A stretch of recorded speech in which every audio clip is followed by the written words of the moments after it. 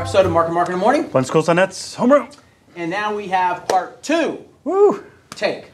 Yeah, take 2, part 2, more 2. I don't know. Blackboard SP8. That's it. New features. New features, some more. So many, they named it twice. So the first new feature that we have is class reports. Mark, you want to talk a little bit more about those? Yeah, there are a couple of new reports in Service Pack 8, and the theme of them is they report on time. There are 2 new ones. There's the class overview report. This gives you kind of an aggregate look at your course. Everybody. And here's an example. It shows how many hours, minutes, whatever it is, your course has been used in general, depending on the day of the week. Yes. Pretty simple, cut and dry. And then the student overview of a single course. This is going to break it down. Yeah, this is where it's going to show you by student how much time that particular student has spent in the class, on which days, hours, minutes, whatever it is. The other piece to the individual student report is that it will show you how much time they spent on actual items, tests, whatever it is. That's kind of cool. Of course. Should we show them where to get them, maybe? Yeah, let's go out and show them, where to get them. Obviously, the reports we always found in evaluations, same spot. Yeah, same place. And if you watch last week's episode, we showed you actually another new report that's in the same spot. The goal report, right? Yeah. So evaluation, class reports, and you look down the list, and the 2 new ones are course activity overview and, whoa, man, I don't know what happened there, and student overview of a single course. Yeah, and as we talked about last week, there's the course performance, which again is the goal standards, goal-based. Just the standards. So those are really the 3 new reports that were not in the system before. Exactly. And the 2 that Mark mentioned are the times. Yeah, exactly. So now you can see how much time they've spent. Pretty cool. Okay, so let's see, what else have we got? It is, regrading of tests. You want to talk about that one? Yeah, so basically this is a functionality that has been a long time coming. No joke. Okay, so there's lots of different reasons why something happens in your test, you messed it up, whatever it may be, that you just wish Blackboard would just regrade everything on its own. Yeah, you picked the wrong correct answer. It's classic, right? Yeah, and a click of a button, it just magically happened. Yeah. Your magician is here today. Yeah, the magician has showed up in the form of test regrading. Yeah, so Mark, let's go ahead and go out. Of course, you're just going to go into your test pools and surveys. And again, you could go where the test is deployed and edit the test right from the lesson folder. So I'm going to go in and I'm going to edit a test.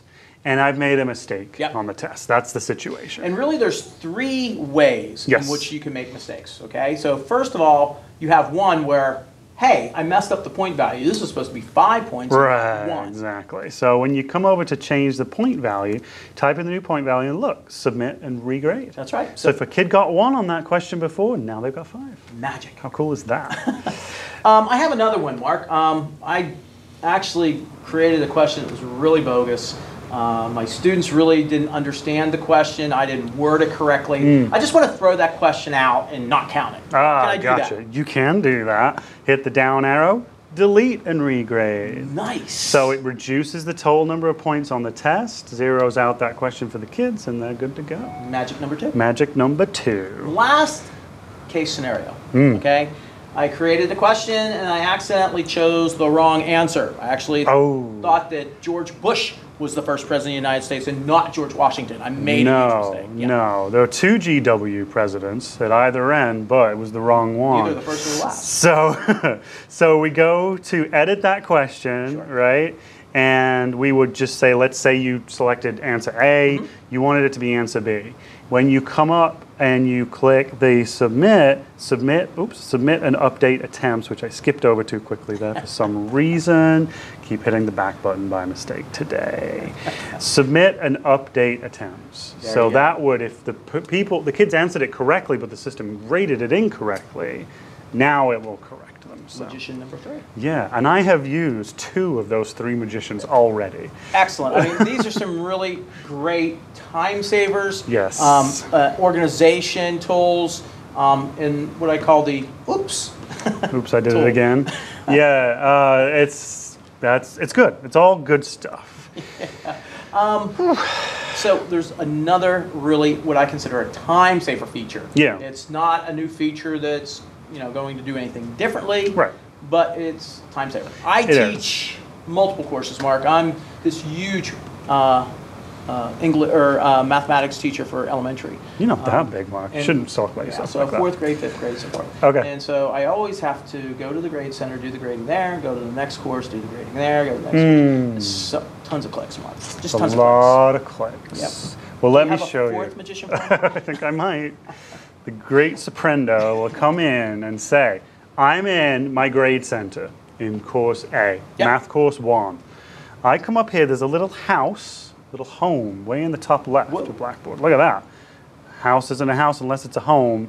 You go down here and you pick your other course. Nice. That in itself is cool. You can switch to your other courses Yeah, that without was going back to your class multiple list. clicks. Yeah. Classes, Yeah. click on the class. Right. Not only, though, is that the case, if I click on that class, it will switch me to that class and drop me in the tool that I'm currently in this class. So it switched me to the grade center. Yeah, and if of I'm the in my class. test pulls and surveys, take me right to my test pulls and surveys.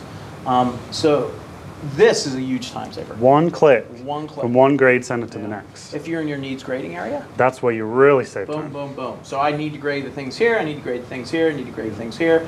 Literally, it's just one click away. And I have used that needs grading one already, because needs grading saves you so much time to begin with. know. Needs and grading, now yeah. you can switch between needs grading views, lots Multiple of time courses. saved. So those people that teach multiple courses, big time online teachers, maybe teaching multiple subject areas in in math or discipline specific, or even your elementary teachers, which teach a broad Exactly. range, social studies, English, and so forth. Mm-hmm. Huge time saver. Again, it's all about time.